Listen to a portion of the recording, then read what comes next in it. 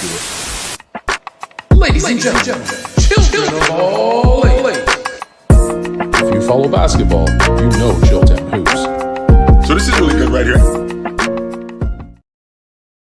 Good evening, ladies and gentlemen, boys and girls all over the world. Y'all know what time it is when y'all see me. It is Chilltown Hoops is in the house. And I want to discuss the league MVP, right? And the reason why I want to discuss the league MVP, because that's what's going on right now, right? That's what's going on right now. And I look at the landscape of, I look at the landscape of the league right now, and it's in a great place. We got great talent. We got great games. We got great teams. All of this stuff matters. With that being said, right? With that being said, I want to start this conversation. I want to start this conversation by saying the league MVP matters. And the reason why I'm going to say that the league MVP matters is off the strength that the guys in the past, how it validates them. I saw Jordan walk up to the podium in 1991, tearing up when he won the league MVP. I heard Jordan when he was asked, yo, what was your biggest motivation in 1993? I was a little upset that Charles Barkley won the league MVP over me. I was a little upset over that. I saw Dennis Rodman walk up to the podium in tears, when it was announced he was the defensive player of the year, and him saying how bad he wanted to win it. I saw Lajuan bring his whole crew over when he won the league MVP in 94. I heard Clyde Drexler say to Lajuan when David Robinson won the league MVP, that's your award. That's yours. That is yours. And he goes, that's okay. We're going to get to the bottom of that. And he was not happy about not winning it.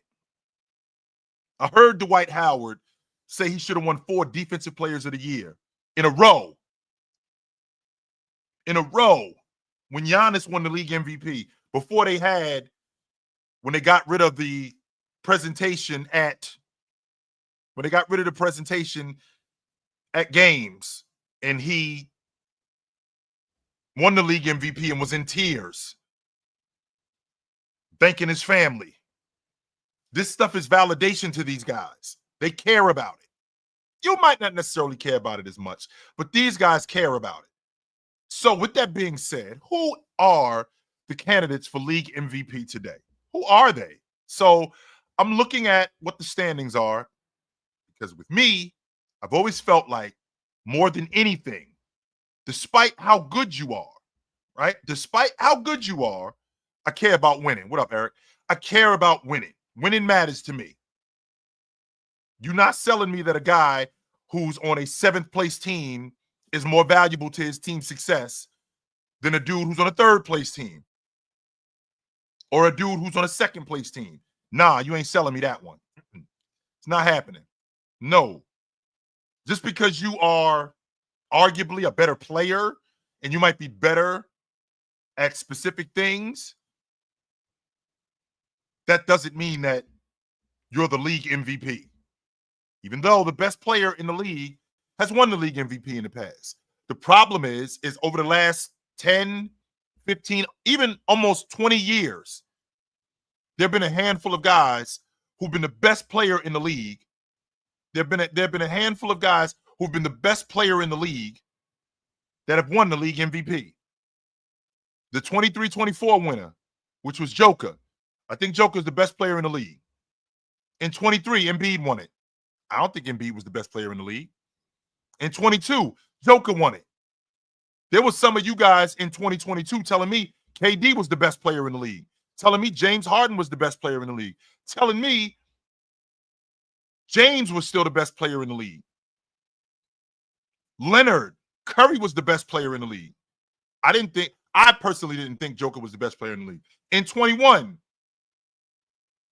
there was some of you telling me that Giannis was the best player in the league. In 22, you were telling me Giannis was the best player in the league. In the in the 2019-2020 season when Giannis won the league MVP. I think James was the best player in the world. Still at that point. I still think he was the best player on the planet. And then going into the 2019-2020 season, there was rumblings that Kawhi Leonard was the best player in the world. And he had outplayed Giannis in the playoffs the previous year and won the NBA championship. So there was some of you that were telling me that was going on in 2019. I don't think Giannis was the best player in the league. There were people who were talking about James Harden. I don't think Giannis was the best player in the league. I still think it was James. In 2020 and 2018, by show of hands, how many of you think James Harden was the best player in the league in 2018? How many of you think James Harden in 2018 was the best player in the league? Because I think it was James, as in LeBron James. That's who I think the best player in the league was. In 17, by show of hands, how many of you think Russell Westbrook was the best player in the league? How many of you think that? By show of hands. Over the last 25 years, right? Over the last 25 years, Shaq, Bryant, Shaq, Duncan, Bryant, James, and Jokic. Those are the only 5 guys, right? Those are the only 5 guys I can say over the last 25 years that I can say definitively. That I can definitively say that's the best player in the league. In the 1999-2000 season, Shaq, that's the best player on the planet right there. That's the best player in the world right there. In 2002, 2003, when Duncan won the league MVP, I was like, that's the best player in the world right there. Now remember what the criteria is when you're talking about being the league MVP and being the best player in the world. Because like I just told you, over the last 25 years, 5 guys, in my estimation, have been the league MVP and have been the best player in the world. 5 of them. I don't think Curry was the best player in the world in 2015, 2016. I don't think so. Because James put an end to that in the finals. In 2015, 2016, I think James put an end to that. Hey, Kenny. How are you, dear? I think James put an end to that. James shut the door on that. Even and between him and James, right? Between him and James, there was a conversation throughout the course of the year because of the kind of season that Curry was having. Yes. Because of the kind of season that Curry was having, there was a real conversation. James put an end to that in 2016. Shut the door on that. We're done with that conversation. That was the end of that. Now, Shaq in 1999-2000, best player in the world. Duncan won the league MVP the year before that in 2002, even though there's some people who thought Jason Kidd should have won it. And even if Jason Kidd would have won it, is there anybody who is there anybody who can honestly say Jason Kidd was the best player in the world?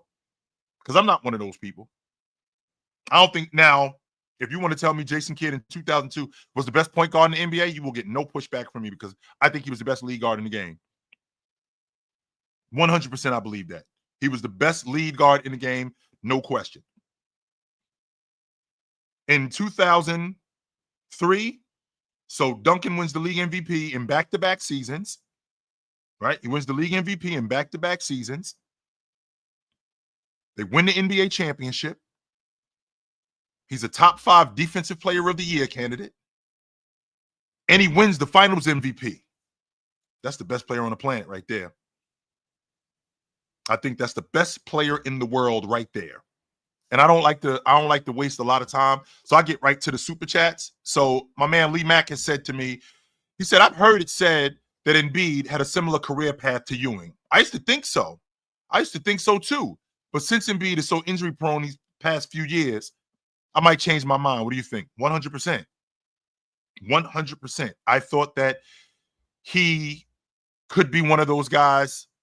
But in terms of his career path, I think that he was going to be one of those guys like Ewing that could get to the championship. But I thought he was actually good enough as a player in terms of talent. I thought he was good enough to take his team there and win it, like Olajuwon did. I thought he was that good. But in terms of his career path, yeah, I can get with the kind of player that he was. Like a lot of people don't talk about Ewing, how dominant he was, how good he was. Ewing had a money mid-range game. In 1992, I mean, I can make a legit argument that Patrick Ewing could have been the league MVP, even though Jordan was the best player in the game. And I don't think it was a question of whether or not Jay was the best player in the game. But like I just said, we had the best player in the league. We got the best player in the world. But that doesn't always translate to the league MVP, even though sometimes it does. And Ewing was in the conversation for league MVP in 1992. He was in the top 5 in the league in scoring. I think he was in the top 3 in the league in scoring that year. He was in the top 5 in the league in rebounding. He was in the top 3 in the league in blocks. And he was doing it with, and I'm going to run this down to you real quick. He was doing this with John Starks, undrafted, Anthony Mason, undrafted, Charles Oakley, second-round pick. These are the guys he's running around with. Gerald Wilkins. I think Gerald Wilkins was a second-round pick. Mark Jackson, Charles Smith. These are the guys Ewing is running around with. In a nightmare of an Eastern Conference, by the way. So as far as Joel Embiid, his career path being similar to Ewing, I have to understand what exactly you mean when you say what his career path would have been. Because are you asking me would he have just been one of those guys who never won had he not gotten injured? Because I don't think that's the case. But I do think that he was on a similar path in terms of a player. Just a better version. Winning the league MVP. I think he could have taken his team from a talent standpoint to the NBA championship. I do think that he was that good. I do believe that. Right? That I do believe. So with that being said, right? With that being said, the league MVP, when I'm talking about the best player in the game, it's only 5 of them. Right? In my estimation, only 5 guys in the last 25 years have been, in my estimation, the best player in the league. With that being said, the other 20 guys, right? The other 20 guys, I'm thinking to myself, all right, well, how close were they to being the best player in the world? I don't think Steve Nash was close to being the best player in the world. However, to win the league MVP in back-to-back season, what that does is that solidifies you as one of the best. That's who I think Steve Nash was. And I got another super chat from Lee Mack where he says, a star who plays similar could go far, but unfortunately couldn't win it. And my rebuttal to that is I think he was on a similar path with Ewing in terms of dominance. I think he was on a similar path with Ewing in terms of his game, but I do think that he could have won it. I do. I do think that from a talent standpoint, he was good enough to take his team to the NBA championship and win it, like Olajuwon did. I felt like he was that good. I just didn't realize he was made of glass. That was the difference. That right there is the difference. But, like I was saying, of those other guys, do you necessarily have to be the best player? Do you have to be the best player in the world? No doubt, Lee. Do you have to be the best player in the world to win the league MVP? I don't think you have to be the best player in the world, but you could be playing. You could be playing like that. That doesn't necessarily mean that you're better than said player. That doesn't mean that. What it does mean, that you are playing at that level. You're not necessarily, I don't think that you're better than this player. Like, for example, I didn't think Charles Barkley was better than Jordan. I did not. I did not think that David Robinson was better than Olajuwon. I did not think that. No. I didn't think Steve Nash was better than Bryant. No, I didn't. But was he playing at that level? At that level of being one of the best players in the league? When you win the league MVP in back-to-back seasons, you solidify yourself that it wasn't a fluke. Excuse me. You solidify yourself in that aspect that what I just did wasn't a fluke because I did it again. And he did it again with lesser talent.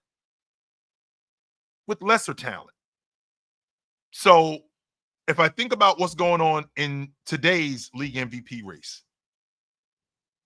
I mean, I can give you the numbers for Joker. I mean, what is he? I think he's 30, 13, and 9.9. That's a triple double. That's 30, 10. That's 30, 13, and 10. That's going on.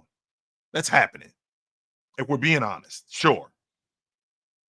On ridiculous efficiency, right? On ridiculous efficiency, and not just on ridiculous efficiency, it's translating to winning.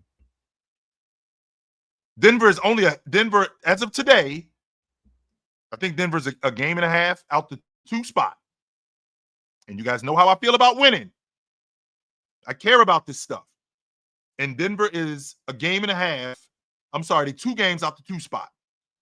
2 games out the 2 spot. With them being 2 games out, with them being 2 games out the 2 spot, I think that strengthens his case. If they got their strength of schedule coming up, like these next 10 games right before the All-Star break, they can make up some ground. They can make up some ground. And I think that they play, if I'm not mistaken, and you guys can straighten me out with this, but I think that they play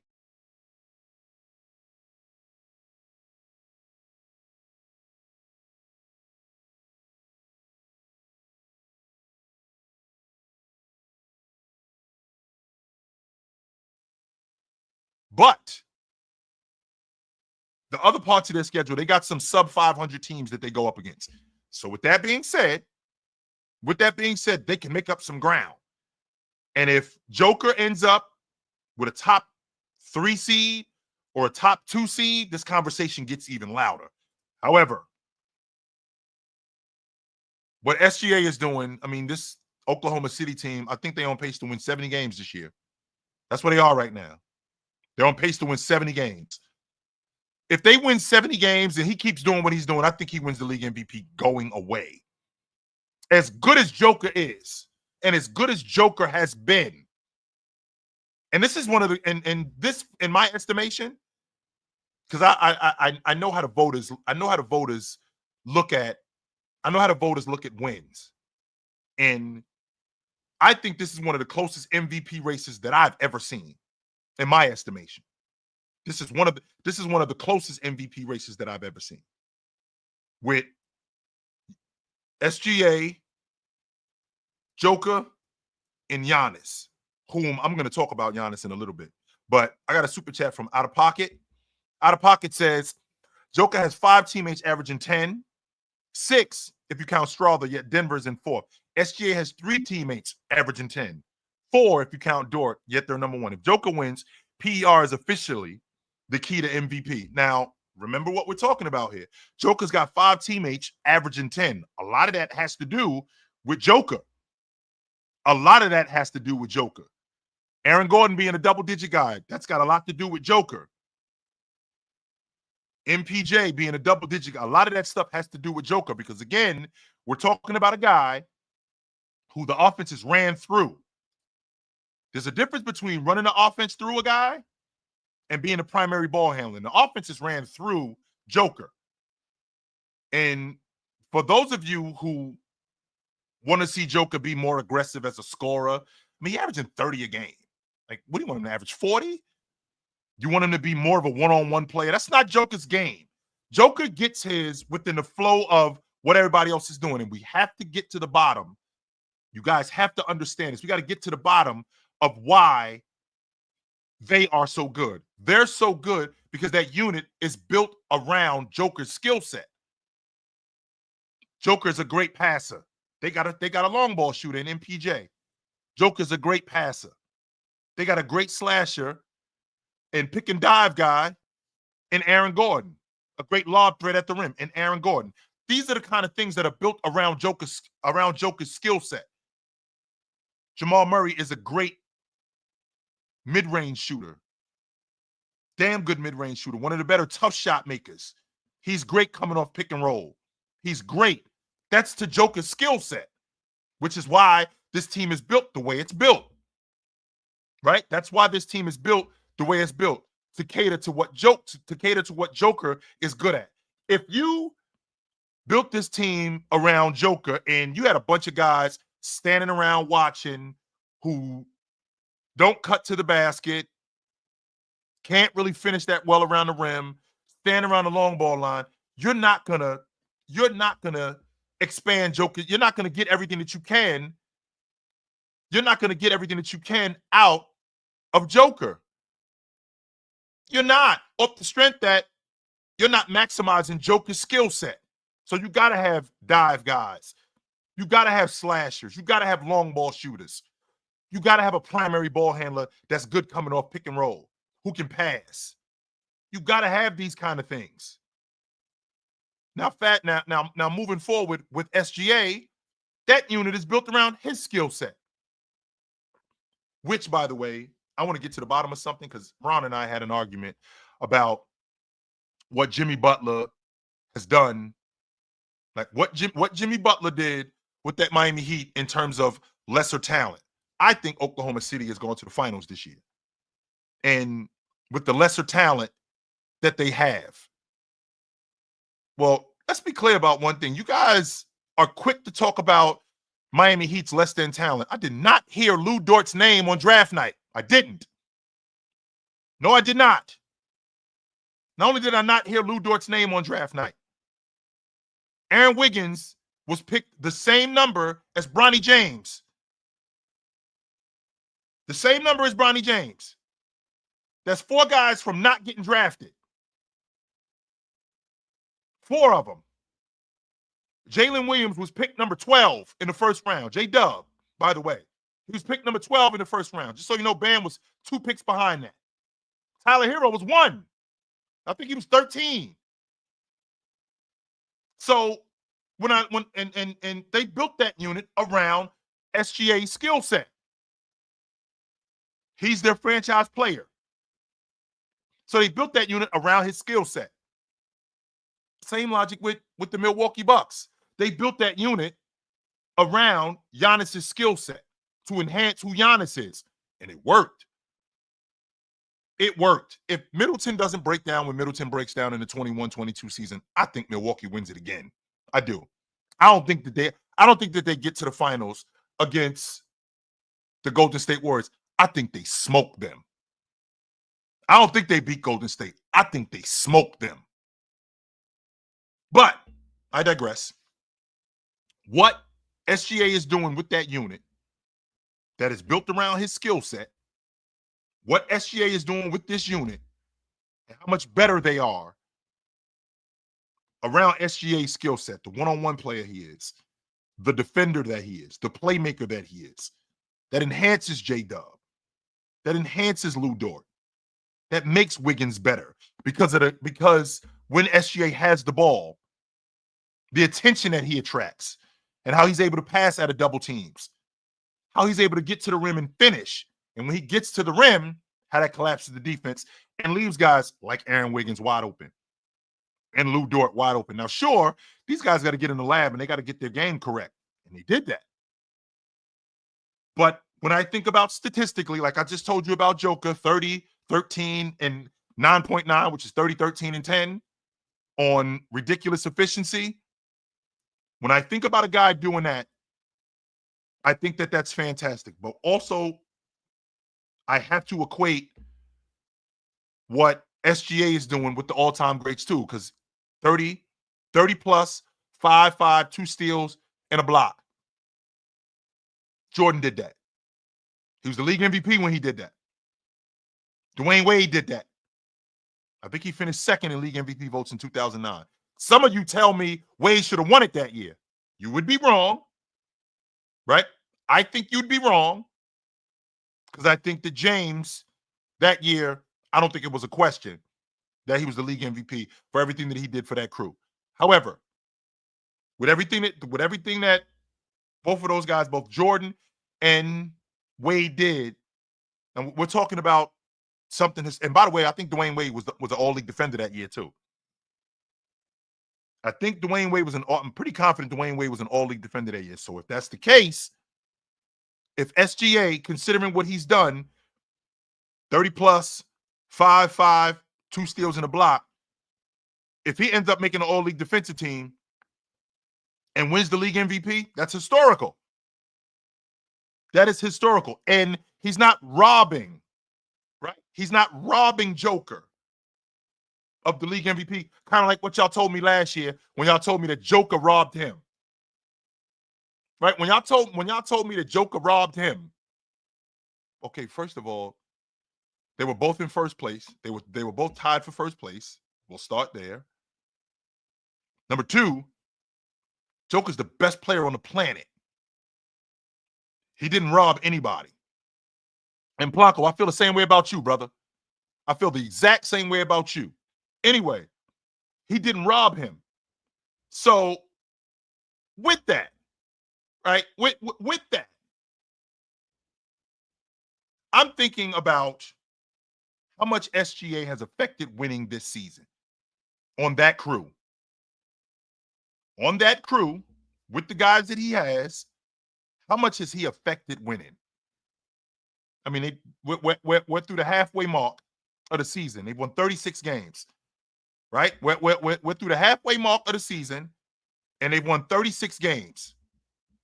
They're on pace to win 70 games this year. 70.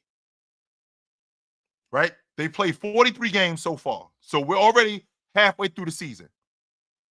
Right? We're already halfway through the season. They played 43 games. How much has he affected winning? When he's on the floor, more times than not, they win. When he's not, they don't. And he hasn't missed a lot of games this year. He has not missed a lot of games this year. But then when I think about Giannis, what my issue with not the voters, but my issue with the masses, like, we ain't talking about Giannis like we should be. We're not talking about Giannis Antetokounmpo like we should be. We should be talking about him way different. Giannis had a career year last year, and he's doing something similar this year. Yo, he went 35 and 16 a couple of nights ago, and it was a yawn fest. Like none of you guys even spoke about it. You guys didn't say anything. Giannis is scoring on great efficiency. He's their best defender. He's their best rebounder. This team, they did dig themselves in a hole, and they dug themselves out of it. No doubt about that. And I think that they're, if I'm not mistaken, I think that they're two. Yeah, they 3 games out the 3 spot. They're 3 games out of the 3 spot. Right? 3 games. So what up, Penn? They're 3 games out of the 3 spot. With them being 3 games out of the 3 spot, Giannis carries a heavy load for this group. With the amount of stuff that he has to do as one of their better as after Damian Lillard, I think he's their second best passer. He's their best rebounder. He's their best player. He's their best scorer. There's some he's their best finisher. So he's their best transition player. I mean, I can go on, and all of this stuff is translated to wins. All of it has, which I care about more than anything. I care about this. So, and I have such a difficult time, and this is not about you out of pocket. I have such a difficult time with people who, and me and my man Tony Tone got into this argument. I have a difficult time with the voter fatigue logic. And the reason why I got a difficult time with it is because these guys are still coming in second. They're still coming in second and third. Like, when I think voter fatigue, I think that you're not getting voted for. That's what I think when I think voter fatigue. I don't think voter fatigue when they're still voting for you. And you end up finishing second. That's not voter fatigue. That's people who are still recognizing how awesome you are, but are making it their business to recognize how awesome this guy is. And what you've done as a player has now become ho-hum. It's not voter fatigue. It's now become ho-hum. So when Giannis goes 28, 12, 6 assists, in a block, that's Giannis. Giannis has same thing with Joker. You know, when Joker goes the years that Joker won the league MVP, his numbers were almost identical. He was like 26, 12, and 8. This season, he's at 30, 13, and almost 10. And by the way, SGA, that 31 and a half a game, that's good enough for number one in the league today. Excuse me, that's good enough for number one in the league today. He's leading the league in scoring. So he's leading the league in scoring. Fantastic on the defensive side of the ball. On arguably the best team in the NBA. It's going to be hard to keep that league MVP away from him, in my estimation. It's going to be really hard. And that does not mean, I want to make sure that I'm clear on this. That doesn't mean that he's the best player in the league. Because I'm not sure. I'm not going to say I'm not sure. I don't think that there's a better player in the league than Joker. I just feel like the gap has closed from what it was last year. I think last year with Joker, I felt like there was a considerable gap between him and everybody else. I didn't think that it was Joker, then it was SGA, or it was all of these other guys. It was Embiid. I didn't feel like it was that. I felt like it was Joker, then it was everybody else.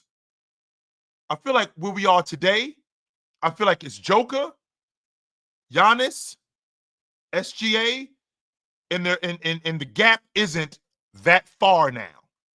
I don't think, and I want to make sure that I preface this when I tell you, I don't think that SGA is a better player than Giannis. I don't think that, no. But I do think that this season, the kind of season that he's having, I think he's affecting winning more than what Giannis is. I think he's affecting winning a little bit more than what Giannis is doing. I think about what those guys do on defense. I think about how they speed the game up, how SGA shoots gaps, how he plays in the passing lane. I talk to the fellas about this. I think I'm in the minority. I think SGA is a damn good on-ball defender. I don't think he's Alex Caruso good. I don't think he's Drew Holiday good. I'm not going to say that. I'm not gonna go that far. But I think he's a damn good on-ball defender. I think that he's smart. He beats guys to spots. He's really good with his hands. At 6'6", he doesn't die on plays. He's really good at recovering. I don't think that he's the on-ball defender that Alex Caruso is. I can make an argument that Alex Caruso is the best on-ball defender in the game. As good as Lou Dort is, as good as Drew Holiday is, I can make the argument Alex Caruso is the best on-ball defender in the game. How physical he is, his anticipation, beating guys to spots, his hands, how he disrupts rhythm. I think that Alex Caruso has a legit argument for being the best on-ball defender in the game. But I want to hear from you guys. Hold on for a second. I do. I want to hear from you guys about this MVP race. What do you guys think? That's what I want to know. What up? Yo, what up, Chill? What's going on? What up? I can't complain, man. What's going on with you? I'm good, I don't know, man. I think it's tough, and I think you pointed it out really good as to where guys get penalized for being like great and elite over a time. We saw it with Westbrook after like his second triple-double season. I feel like Jokic got robbed last year by Embiid because like to average a triple-double as a center and then, for Denver to be in the hunt like it was, I just felt like it was, I guess as you call it, voters fatigue as to why they gave it to Embiid. And I think, again, this year is why SGA will get in. But, I give SGA more credence this year because they're probably going to be the best team, have the best record in the league all over, right? If I think about what Joker did, and I think I'm in the minority when I say this. There were some conversations if Joker wins the league MVP for the third straight year that some people weren't prepared to have. Some uncomfortable conversations that people weren't ready to have. See, it's different having this conversation about Joker if he wins the league MVP 3 times in 4 years, if he wins it 4 times in 5 years.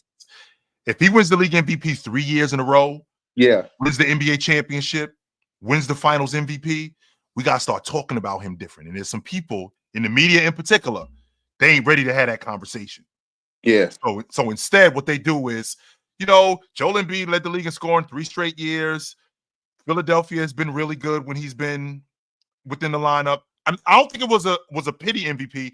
That burns me when I hear that about Joel Embiid. No, but I didn't say pity. I'm not saying I don't pity. mean you. I don't mean you. But that makes me nuts when I hear people say it was a here, have this. I was like, wait a minute. Let's not act like Joel Embiid wasn't awesome. Let's not do that.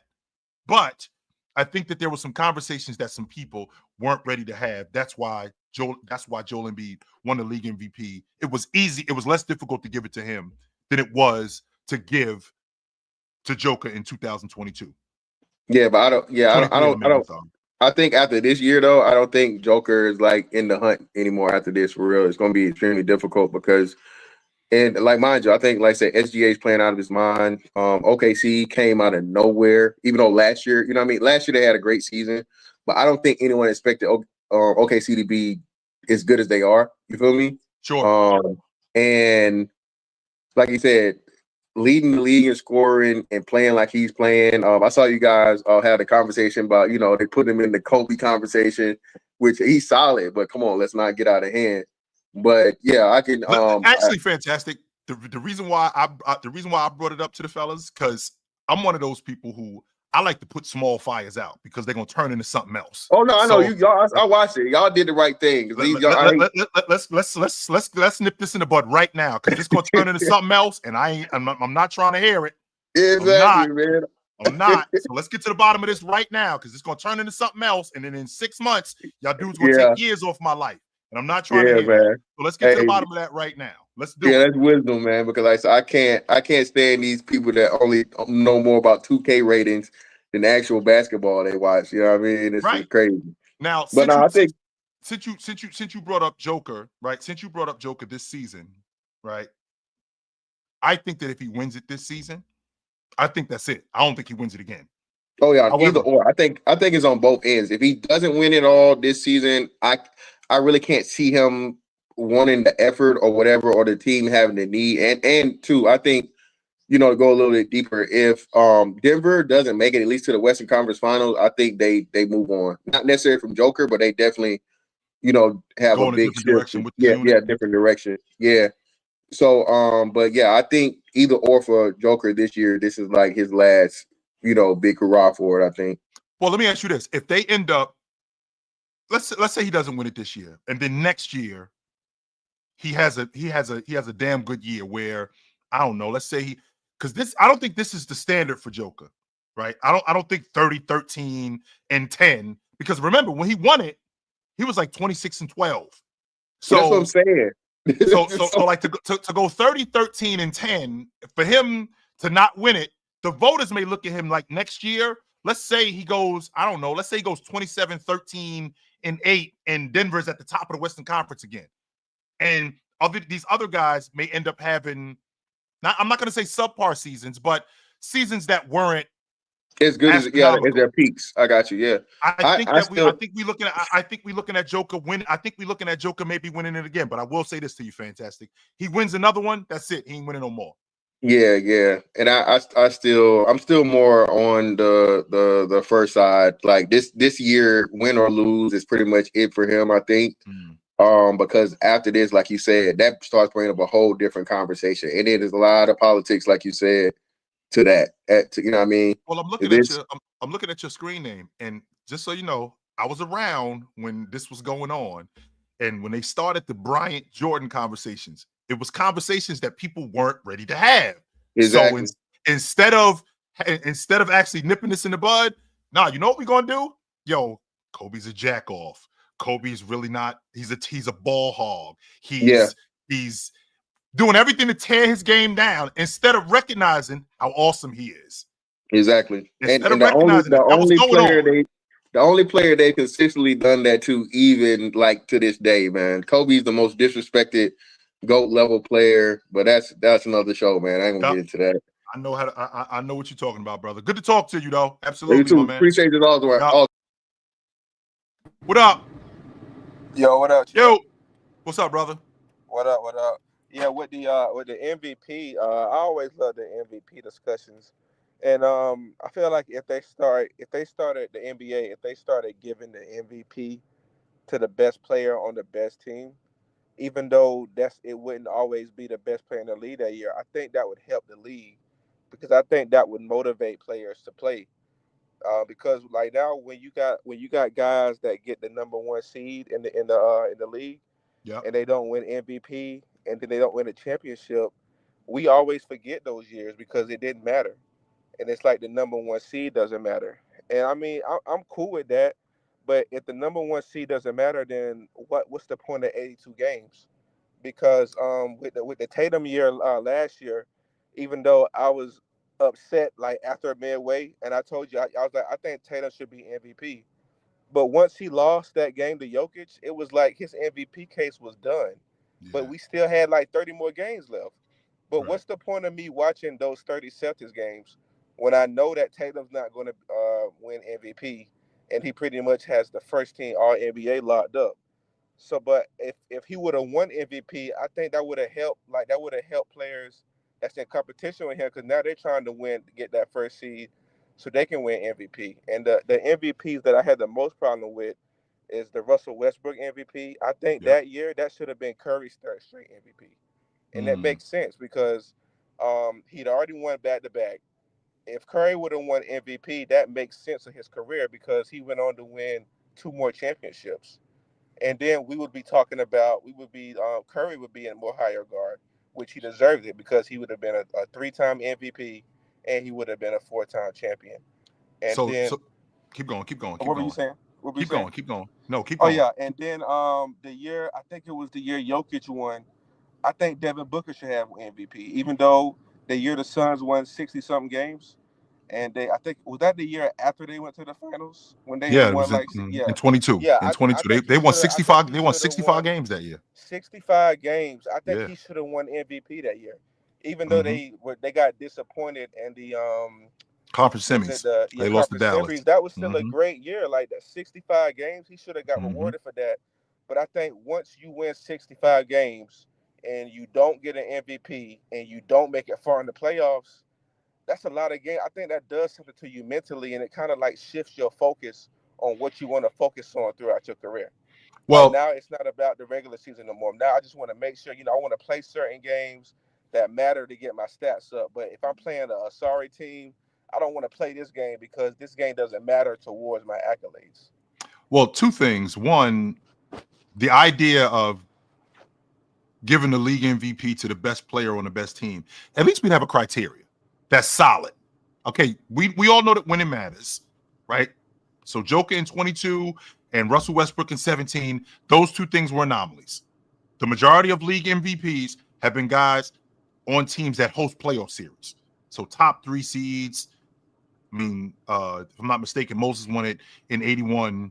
They were the fourth seed. But other than that, and outside of Russ and outside of Joker, the majority of the guys who won league MVP have been at the top of the league. That's what's been going on. But to give it to Curry, I mean, I think that one was setting a bad precedent, and they were never going to give it to Curry off the strength that KD jumped on the roster. But And what KD what was was the problem what with that KD though? was He doing. still had good stats, and they won. Didn't they win 65 games or something like He that? had, 62. they won 67 games that year. 67 games, sure. Yeah, And they you won telling me 60. Yeah, because a guy jumped on his crew, he shouldn't have won MVP? yeah, they won 67 games that year. And the media looked at it. It's not that difficult for him to be it's not that difficult for Curry. In fact, not only is it not that difficult, it enhances Curry that KD is on the crew, as opposed to what Russ was doing. I personally think that it was either James or Harden who should have won the league MVP that year. Because for what James Harden was doing in 17 was fantastic in Houston. He was phenomenal in Houston. The bucket getter that he was, the offensive force that he was, and what Russ was doing. My issue with what Russ did was they predicated on him averaging a triple double. That was a bad precedent because now you got to stick with that because he ended up averaging a triple double 3 more times, which means he should have been the league MVP 3 more times after that. So I think that they made a mistake in that aspect. But if you want to say that the league MVP is the best player on the best team, that tells me, because it's the same thing in football. It's the best player on the best team. That tells me that we have a criteria. And to your point, guys are going to be striving for that to get to the number one seed, because in order for me to get to the number one seed, I got to play. And 65 games ain't enough. I got to play almost every night. If I'm not playing every night, I got to play almost every night. I'm probably going to have to play close to 75 games if that's the criteria. If it's the best player on the best team. If I'm trying to get to the number one seed, even the number two seed, I'm going to have to play almost every night. And if we're adding in other things like how valuable you are to your team's success, how good is your team without you on the floor, all of that stuff matters. However, if we're talking about you being the number one seed, we at least have a concrete criteria. All the other stuff now is now up for interpretation. Right, and I feel like it's gonna look off some years, but I think it's gonna help the league because it's gonna give guys a reason to play. Even though like some years you may have an MVP that's not as good as previous winners, I think that's still gonna help the league. And like the only other MVP I think I have a problem with is Nash's second MVP. I agree with the first one, but I was looking over it and I was like, well, dang, who could have won MVP that year? Because they didn't want to give it to Duncan because he only averaged like 18 a game. Nope. And then the Pistons had won like 60 something games, and I'm like, well, dang, their best player only averaged like 18 something points. Mm-hmm. But I still think you can give it, even if it's going to be it's going to be an anomaly. I still think one of those two teams should have had the MVP. Now remember, Steve Nash in 2006, he didn't have Stoudemire the whole season in that nightmare of a Western like Conference. Stuff like that, I don't think that kind of stuff should matter in the MVP vote. Why? Because think about it. If that means now I don't want to play on a great team because that's going to hurt my chances of winning. You get what I'm saying? Like now I don't want to play with other great players now because that might hurt my chances of winning MVP.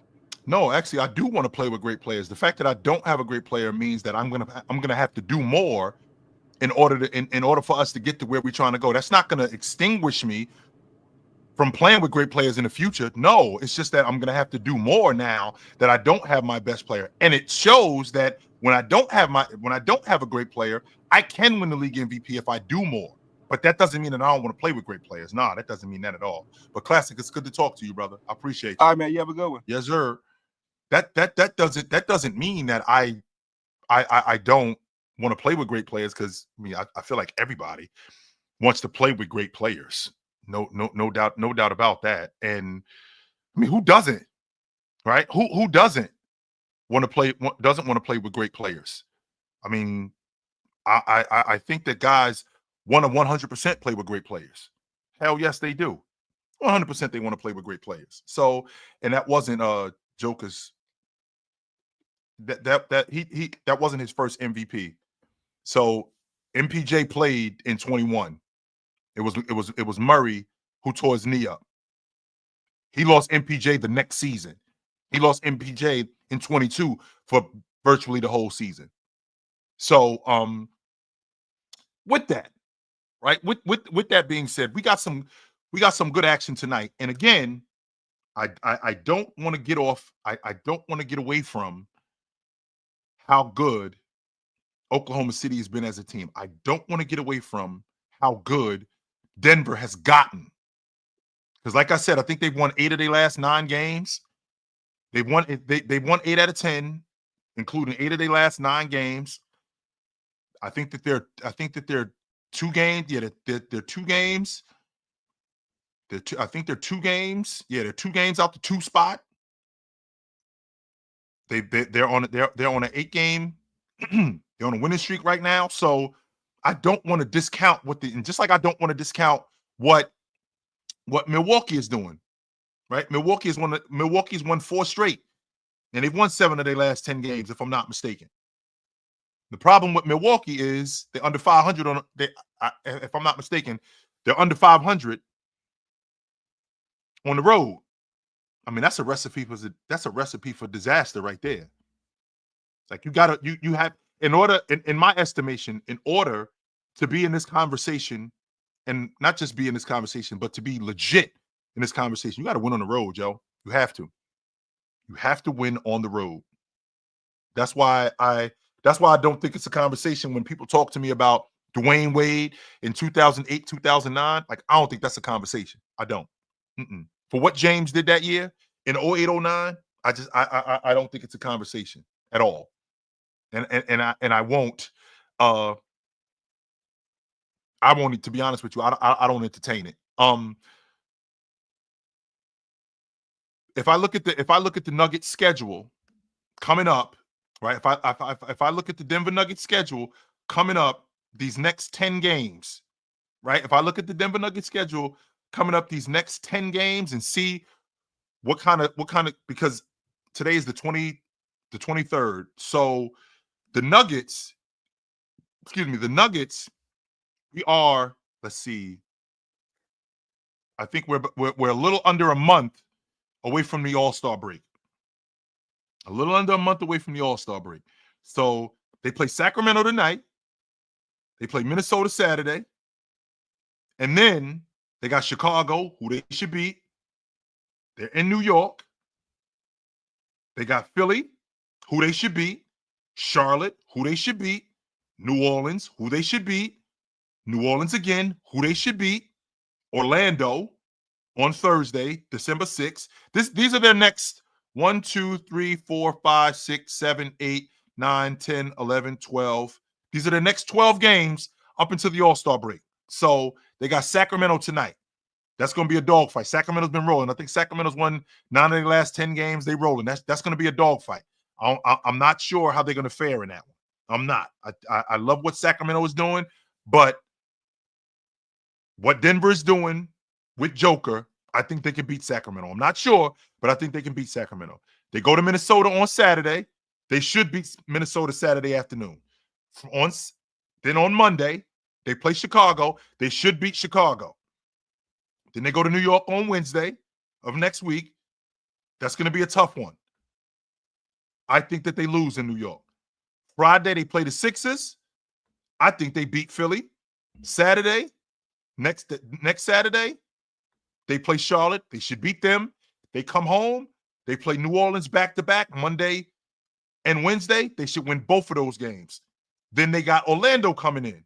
I think they beat Orlando. So of these 1, 2, 3, 4, 5, 6, 7, 8, 9 games, I think they win 8 of them. I think they win 8 of those next 9 games. Then they go to Phoenix. I think they go to Phoenix and they beat them. They got Portland back-to-back at home right before the All-Star break. I only see them, of this schedule of their next 12 games, I only see them losing 1 game. That's against the Knicks.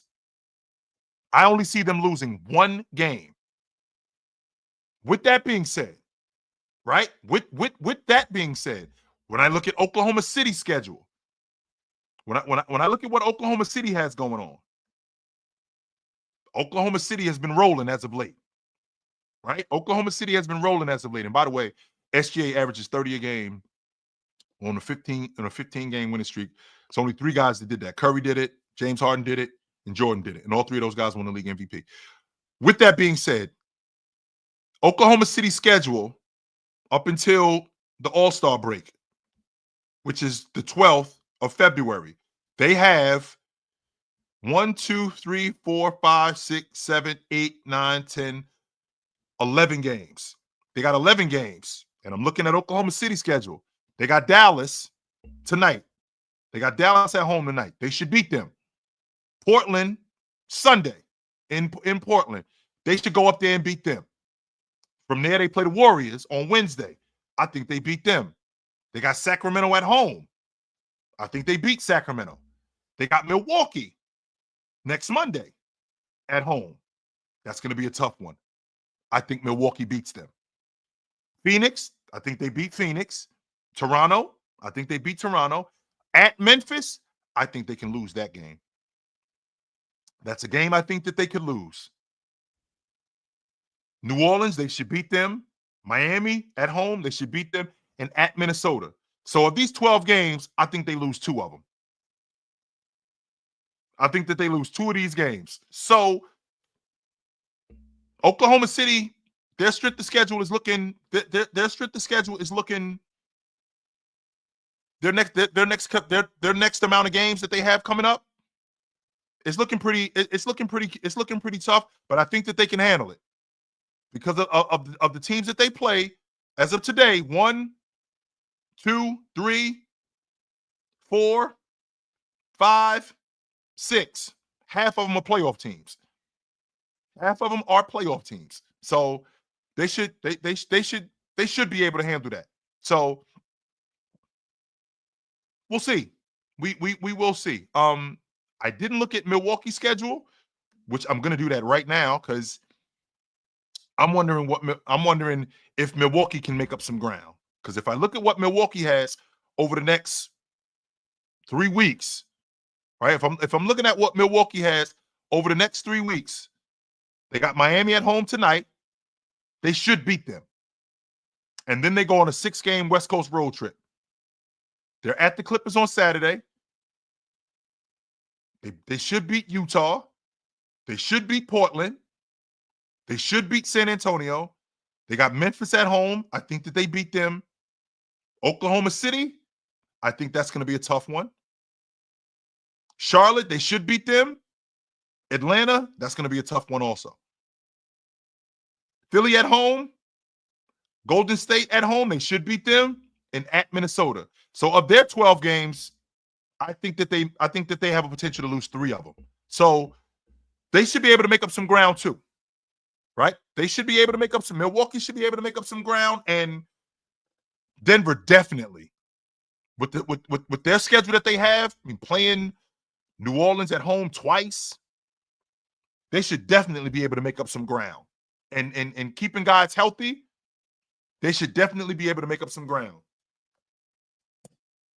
Because this MVP race, right? This MVP race is going to come down to wins. I'm almost certain in that. This MVP race is going to come down to wins. And last season, with SGA, with what he did, it meant a lot. If Denver can make up some ground, I think we're going to have a really interesting MVP conversation. I already think it's close as it is, right?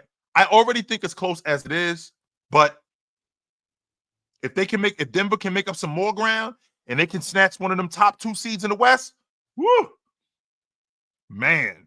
And same thing with Milwaukee.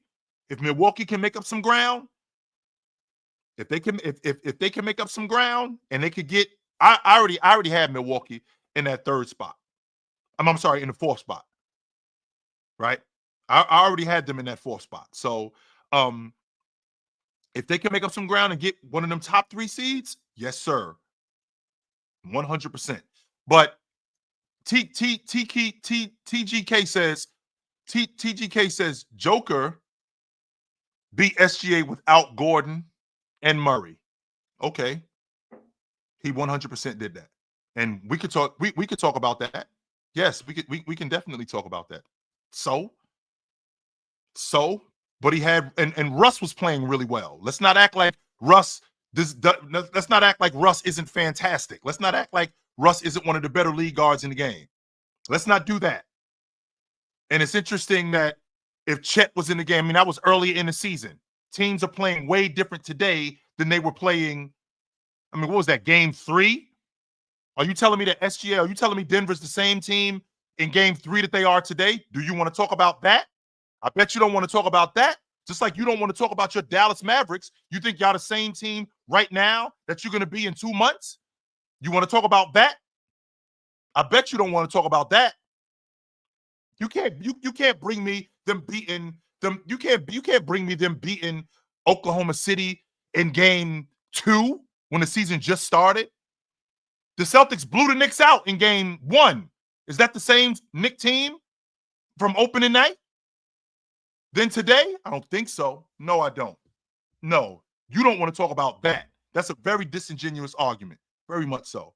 So, with that being said, right? With that being said, and the MVP has nothing to do with the playoffs, TGK. And this is why I don't have conversations with goofies like you.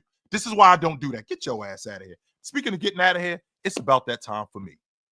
It's about that time for me, ladies and gentlemen. It was good to see you guys tonight. I had a great time. I will see you guys again soon. Until then, put on a suit, drink water, don't drink and drive. Hey, man, call your mother. When last time you talked to your mother? Call your mother. I will talk to you guys soon. But until then, take it light. But take it. Absolutely, man. It was good to see you guys tonight. I really enjoyed this, no doubt.